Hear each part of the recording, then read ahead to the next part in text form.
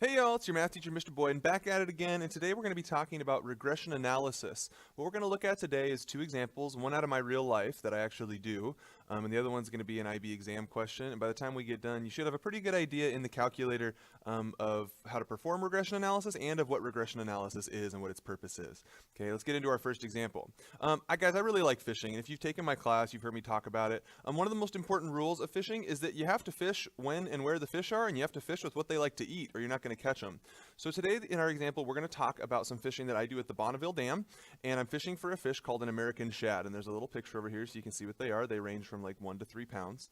And the fishing starts to get good when there are 50,000 or more fish in a day, and the fishing becomes great when there's 100,000 or more fish in a day. And what that specifically refers to is in the Bonneville Dam, there's a person who they pay to sit down there and literally count the fish going through 1, 2, 3, 4, 5. And they publish those data online. And so that's what I have down here. I took this from the Bonneville Power Administration, and on May 7th this year, this is 2019, the first fish came over, and then the next day there were 12 fish, and on the third day there were 114 fish. That's May 9th, that's 114 fish, and so on. And so that's this last week when the fish just started to come in. So here's what we're going to try to do. We're going to use regression analysis to predict when the desired quantities of fish will be achieved. And here's why. Because for me living in Tacoma, it's about a 3-hour drive down to get these fish and about a 3-hour drive back. So that's 6 hours of driving. It's a lot of effort. It uses the whole day, and I don't want to go down there unless there's actually fish to be caught, because that's going to burn my whole day, and it's exhausting.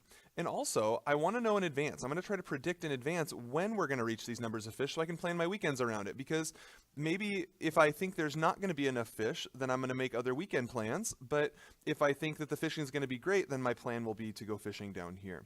And so basically, I'm going to plan my life using this regression analysis that we're going to talk about today. So here's what we have to do.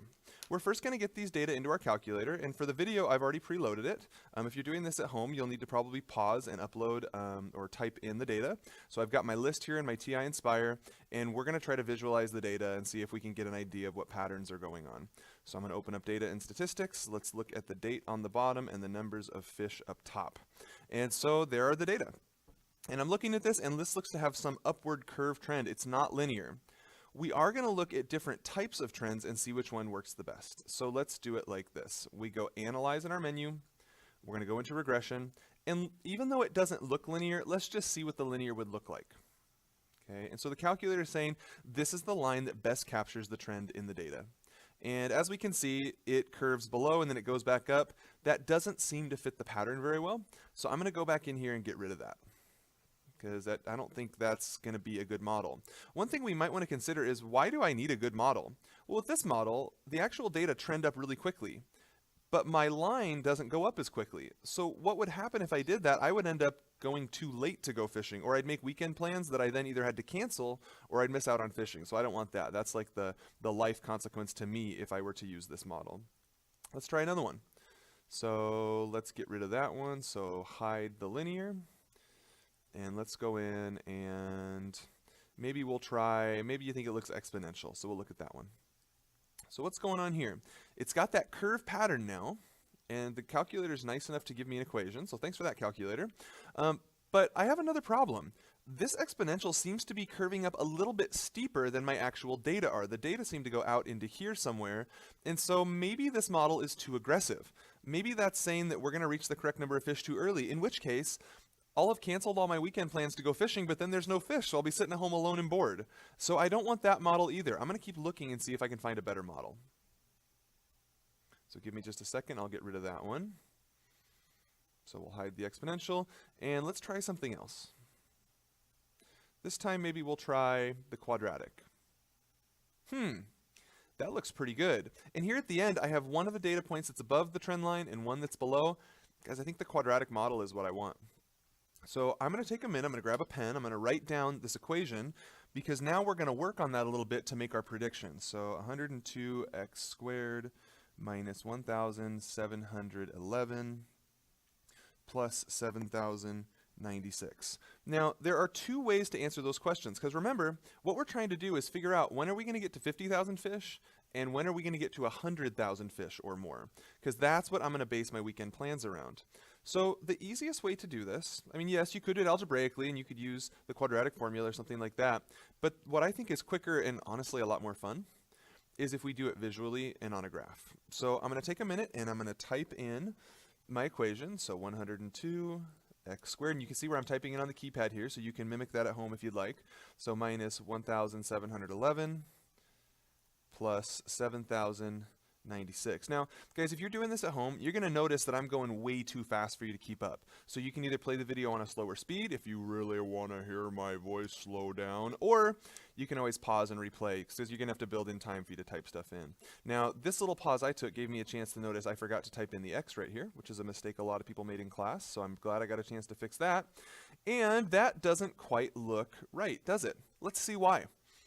When we consider our data before, look at the axis labels. The x-axis went from 7 to 14, and the y went from 0 to 3,000. Well, my y goes from negative 6.67 to 6.67. I'm guessing that's why. So let's go modify that. We go in, and we're going to play with the window settings.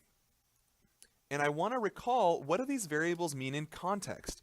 The x-axis was the date. And so you could use 7 as your minimum value, because that represents May 7th. I'm actually going to go all the way back just to 0, because that's what I'm accustomed to, is starting an axis at 0. My max, I want to go out how far? Let's see. Well, I want to go out more than 10. I can see that here. And the data already go to 14. I'm actually going to go out like to 60. And what that's going to represent is basically 2 months. And I expect, hopefully, that the fishing will get good within 2 months. So I think that's going to encompass as much as I need. What about the minimum? Well, that says there's negative numbers of fish. That doesn't make sense, because remember, the y is representing numbers of fish. And then the max, I want to make sure that this value is big enough that it encompasses my desired values. I wanted to know when there's going to be more than 100,000 fish. So I'm going to go bigger than that. Let's try 120,000. And we'll see if that encompasses the data. And look at that. I've got a nice smooth picture now of what we predict, at least, that the fish will do, or what the patterns in the fish population will be. So now what I'm going to do, I'm going to add some more graphs to this. I'm going to add on a line at 50,000. Oops, except something happened that I didn't expect. Let's try again. So 50,000. And I'm going to add on another one at 100,000, because that's my other number of interest. So we'll graph another function, 100,000. Okay, there we go. And then the quick and easy way to figure out the coordinates of these is I'm going to find the intersection. So that's here in the menu. Remember, basically in this calculator, everything that's good happens in the menu. So I'm going to go down to Analyze Graph. I'm going to select Intersection. And then it's going to ask me to pick which graphs I want, because there's 3 on here, and it will only do 2 at a time. So let's find this intersection down here first. So I'll click once on the first function, click once on the second function, and then they want me to estimate where it is. So lower bound means pick a spot below it, upper means pick a spot above, and I get 30.5 as my date for that one. Let's repeat the same thing up here now. So menu, analyze, intersection. They're going to make us pick our functions again, so 1 and 2. Lower bound, upper bound, and then they're going to give us the coordinates. So I need to record that really quickly and see what these mean. So our x values were 30.5 and 39.7. So let's go back and see if we can interpret those. So for 50,000 fish, our x value was, so 50,000 fish, we had x equals 30.5. And for 100,000 fish, we had x equals 39.7. So remember how we defined our x value in the beginning. They're based on these dates. So like, if we had a 14, that would signify that it is the 14th of May. So this 30.5, I mean, if you want to get really technical about it, it's technically the 30.5th day of May. So what we have to decide is, do we want May 30th or May 31st? And so what I'm thinking is, if we pick May 30th, that trend line won't quite be there yet. It happened in the middle of the day on the 30th, and so maybe that's kind of an iffy day to start fishing. So I don't want that one. If I go to May 31st, it's more likely to be a little bit higher. So May 31st, what that tells me, that's probably my first day of fishing.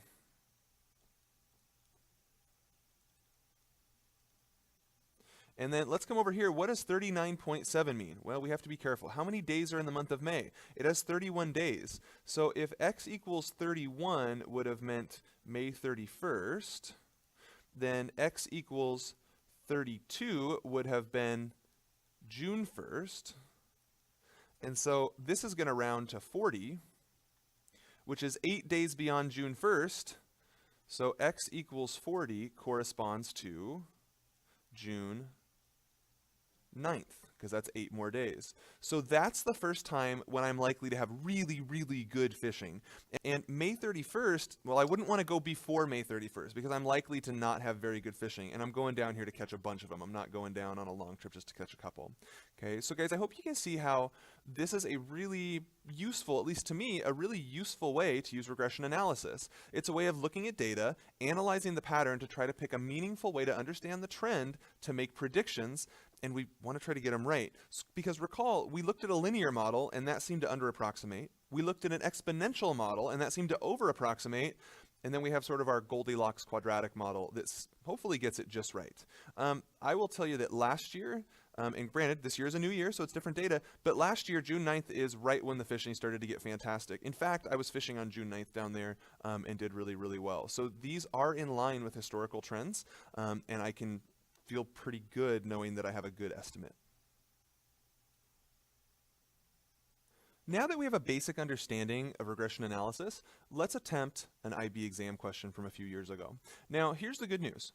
The exam questions at this level are always going to be easier than the example we just did. And the reason is they're always going to do a linear regression analysis. And we see that right here. They say it's going to be ax plus b, which is very similar to our mx plus b that we learned in algebra. And that makes it a lot easier because in our previous example, like our real world example, we had to make a decision about what model would be best. And we ended up with a quadratic model. That adds a little bit of complexity, which makes it harder to grade, and I suspect that's one of the reasons why they only do linear on these exams rather than quadratic or quartic or exponential or logistic or any of those. Okay, so the first thing we want to do is note that they called us, that they said the heights were the x values and the weights were the y values. We want to type those in. Let's figure out what they asked. We need the values of a and b, the coefficients in our equation. So I'm going to set up my work right here. A is equal to something, b is equal to something, and now I want to show you two different ways of finding those values. Okay, the first way, and notice I've already taken the time to type these in. I want to do it visually first because that way if something's really off on here, like if I made a typo typing in the data, this will show me. This appears to be a linear pattern, so I'm thinking, okay, I probably didn't make any mistakes. Now let's look at the regression analysis and get those values. So regression and mx plus b, that looks really similar to ax plus b, so let's do that. So they give us those values. So we have 0.472, and I'm just writing this down on my own because I'm going to transfer it over in a second, minus 9.82. So let's go fill in our answers. So the number with x was a, or they called it m, but for us it's going to be a in this question, so that is 0.472, and b was the y-intercept, and that's negative 9.82.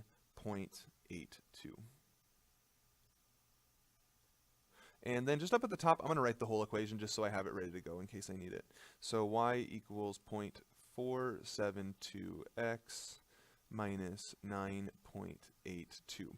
I also want to show you a different way of finding those values.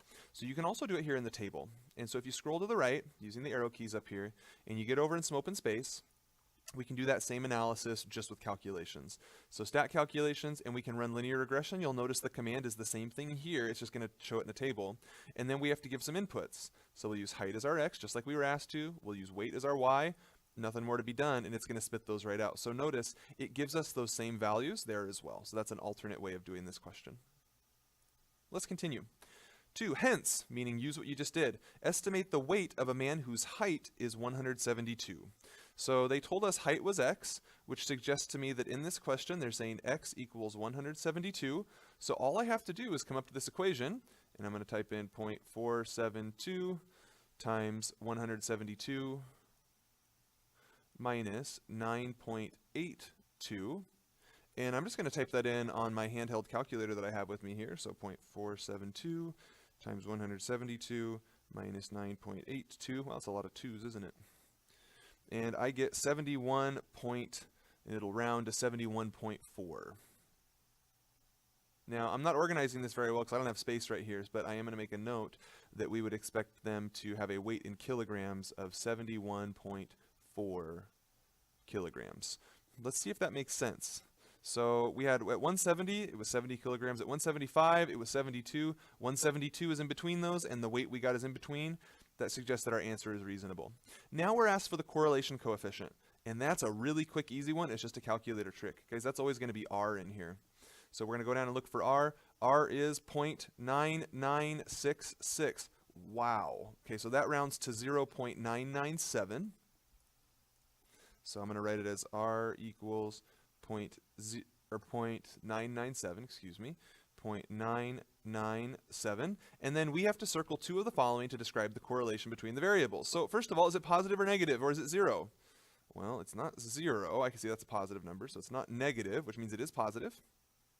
And then when they ask for strong, no, or weak, strong means it's a number close to 1. Weak means it's not a number close to 1. And no correlation means it's really close to 0. Well, it's not close to 0. It is really close to 1. And so this is going to be a strong positive correlation. And guys, that's 7 marks on an IB exam. That's all for today. Hope the video was helpful, and we'll see you next time.